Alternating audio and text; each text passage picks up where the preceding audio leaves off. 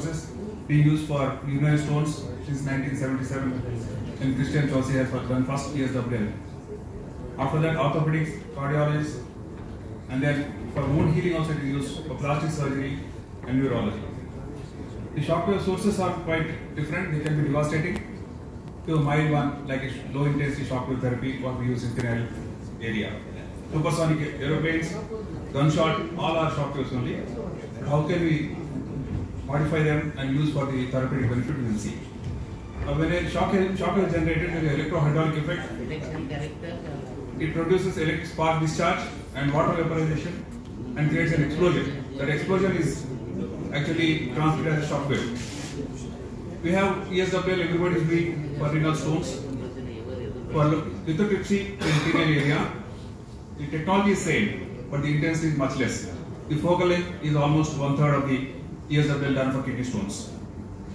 So in the last 3-4 decades, shockwaves have been actually downsized and used for penile area. 2014 it got the approval from European Association. You can see how it helps. There is sharing stress of the shockwave touches the cavernous artery, which has the atheroma, and it improves the endothelial nitric oxide synthase, releases vascular endothelial growth factors, and proliferate in the cellular nuclear antigen production, which causes new vessel formation in human volunteers for a period of 7 years. The machine is simple. It can be used in any room. It has got a semi-ellipsoid probe which can be used at 5 places, starting from the crus, both crura, and then 3 places in the shaft, depending on the penile size. If the penile shaft is small, we may do only 2 areas. And as it is done, you can see it is only done for the vascular impotence, erectile dysfunction, not for all. Basically because we have to actually document by penile doctor that there is a decreased flow, and then there are some obstructive elements which have to be targeted upon. We have 2 cavernous arteries, one on either side, which are being targeted by the shockwaves. What happens is, whenever the shockwave touches them, the calcium deposits get dissipated, disintegrated, and then get absorbed into the human body. Then the vessel diameter doubles, which increases the flow by 60 times, which is actually what we want in patient with vascular dysfunction. Now, this is how the machine looks. It is directly, the focal point is fixed to the penile organ because hardly 1 to 2 centimeters. Now, I'm covering the area because that's how it is done without any anesthesia. Patient is not sedated, simply is awake, is tolerating easily. Most of the patients, they understand the machine, then they come back once they have good response. The therapeutic regimen is, we do 6 times, weekly twice for 6 times, and then give a gap of 3 weeks, then ask them to come back for another 6 sittings. Each sitting actually takes 20 minutes. We give 1500 shocks, 300 shocks at each place into 5 places in the penile area. We have done 422 vascular ED patients in the last 4 years. The age group is quite variable. We have done the biggest, the most elder person is 96 years, person who has come from Dubai. Even he had good. What are the measurements which actually tell us that there is improvement? The inclusion criteria are patients who have at least 6 months of erectile dysfunction, rigidity score of less than 2, and we exclude prior radiotherapy patients, psychiatric patients and all. We know IIF, International Index of Erectile Dysfunction, 25 is normal, less than 12 is a severe impotence. So what we are trying to do is, we are assessing them before the procedure and after the procedure. You can see here, the penile area, the Doppler area. You can see this is the area before procedure. After that, you can see increased diameter and increased flow, which is actually documented by the increased flow velocities. We found that follow-up visits are once after 1 month and second visit after 3 months when we really assess for the improvement. Now, most of the patients, out of 422, 78% of them, that is around 329 patients, have improved to the extent that they didn't need any sort of a tablets like PD5 or any drugs what they were taking earlier. And then this study actually showed that majority of patients improve. There are some patients who do not improve. They might actually need some more sittings. The total treatment is 12. Around 40% of patients have dropped out because they don't come for 12 sittings. Some people have improvement at 6 sittings, 4 sittings or 8 sittings, and we can't actually know what happened to them. but it emphasized the feasibility and tolerability of a penile low-intensity shockwave therapy. All of them have actually tolerated well. Nobody has actually got scared of it and then dropped out. There are no reported side effects. It shows significant improvement in the patient erectile function, remaining at least after 6 months. Now, since 4 years we have been doing it, and majority of patients are happy. Even if they come to the hospital, they are coming for some other complaint, not for the same treatment.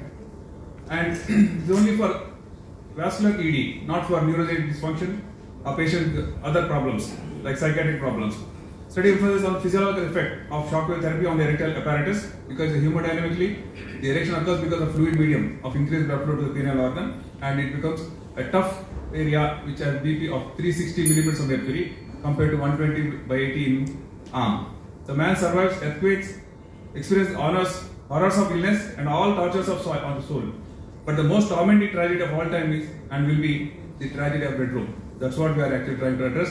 I am sure this will help every patient who has gone through.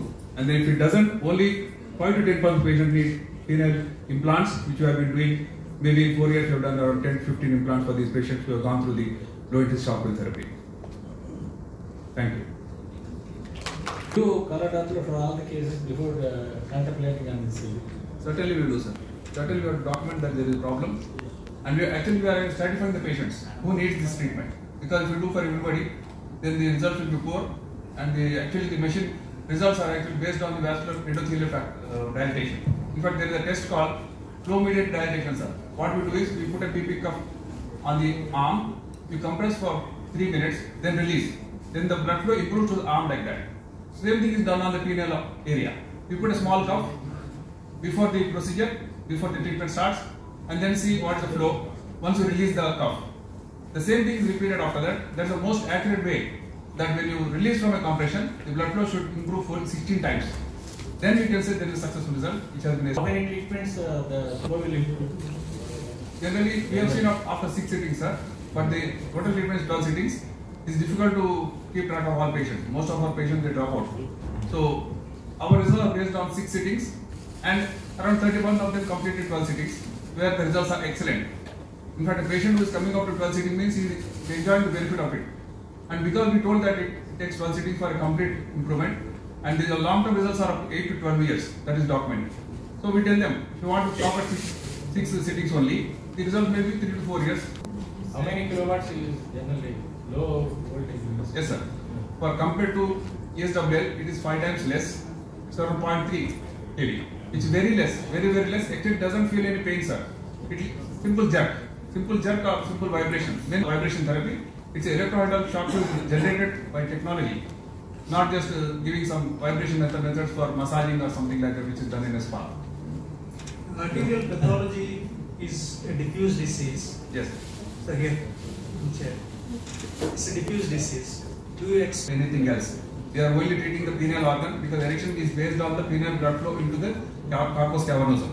We don't treat the pudendal atherosclerosis because it is bound to have in every patient after 45 years. when the proximal tongue occlusion is not addressed, how it is going to improve the distal disease? So the blocks in the penile area are very small. They are not as thick as the atherosclerosis in the pudendal artery or internal iliac artery. So they are very small. What we are trying to see is in the end organ, what are the blocks, whether we can clear them, and how it helps the patient. It's a diffuse disease. These patients have cardiac problems, they have undergone bypass surgery and all that, but still the penile area is special, that we treat the limited area, but still you have the erectile function improved. That's the beauty of this machine. Okay, next question. One question. So the available evidence and accumulating evidence is suggesting it is not the neovascularization, it is improving only the endothelial function. Yes. And available all the guidelines are saying still it is not much improving on long durable efficacy of this treatment, shockwave therapy. So No, the long-term therapy, long-term results of this are seen only after 8 to 12 years. That's what we have to document. The European Association has actually approved this in 2014. Till now, the first approval is given for 8 years of results. It is 2022. So what happens after 8 years, we are not sure. But what the point is well taken. Endothelial function improves. That is called flow-mediated dilatation, which is the few shot indicator and parameter of a endothelial function is compress the area, release it, and see how endothelium responds. That is the parameter. Current place of shockwave therapy in management of ED is it is acting as a bridge therapy before going for the implant. It is not a durable therapy. in majority of the patients. Now you can say that because many patients are not willing